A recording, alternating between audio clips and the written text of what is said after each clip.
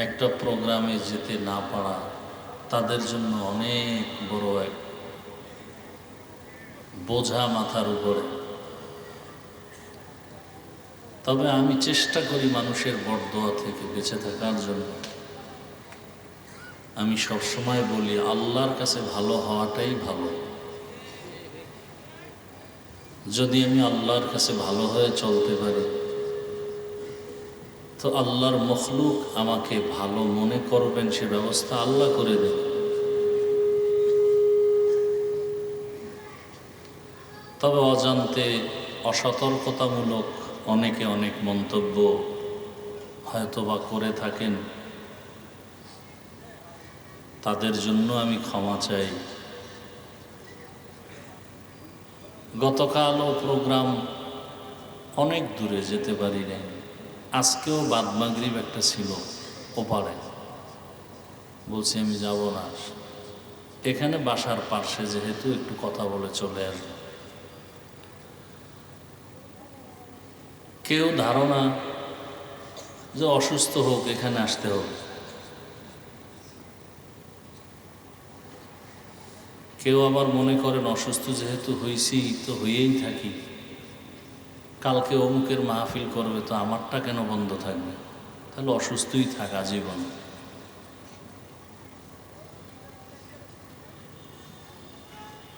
তা আমি মর্মাহত, ব্যথিত, দুঃখিত। আমার আওয়াজ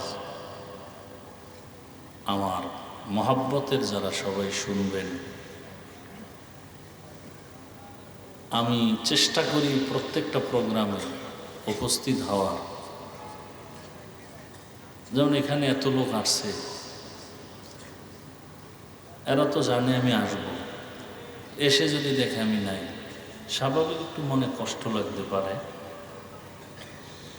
যদি শুনে আমি অসুস্থ, কোনো ওজরে আসতে পারিনি, মুমিন হিসাবে তার কি করা উচিত?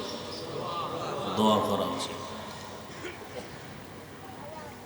তারপরেও আমি ক্ষমা চাই। হাদিস শরীফে আল্লাহর রাসূল বলেছেন,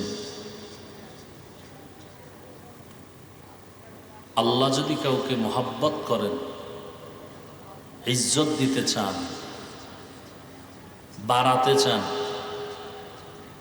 তো সে ইজ্জত বাড়াইতে গেলে যে মেডিসিন দরকার, আমল দরকার, এটা বান্দার মধ্যে নাই। আল্লাহ তাকে অসুস্থতায় ফালাইয়া ধৈর্যের পরীক্ষা নিয়ে তার ইজ্জতকে বাড়ায় নেন। আল্লাহ পাক ইজ্জতের জিন্দেগি আমাদেরকে দান করেন। যদিও আমি অনেক প্রোগ্রামে যেতে পারিনি, কিন্তু আমার মনে অনেক খুব দুঃখ, ওই মানুষগুলো কত কষ্ট পেল। আমি অসুস্থ হয়েও রওনা হয়েছিলাম কয়েকটা প্রোগ্রামে, আবার রাস্তার মাঝ থেকে ফিরে আসছি। তো যাই হোক, এটাও পরীক্ষা।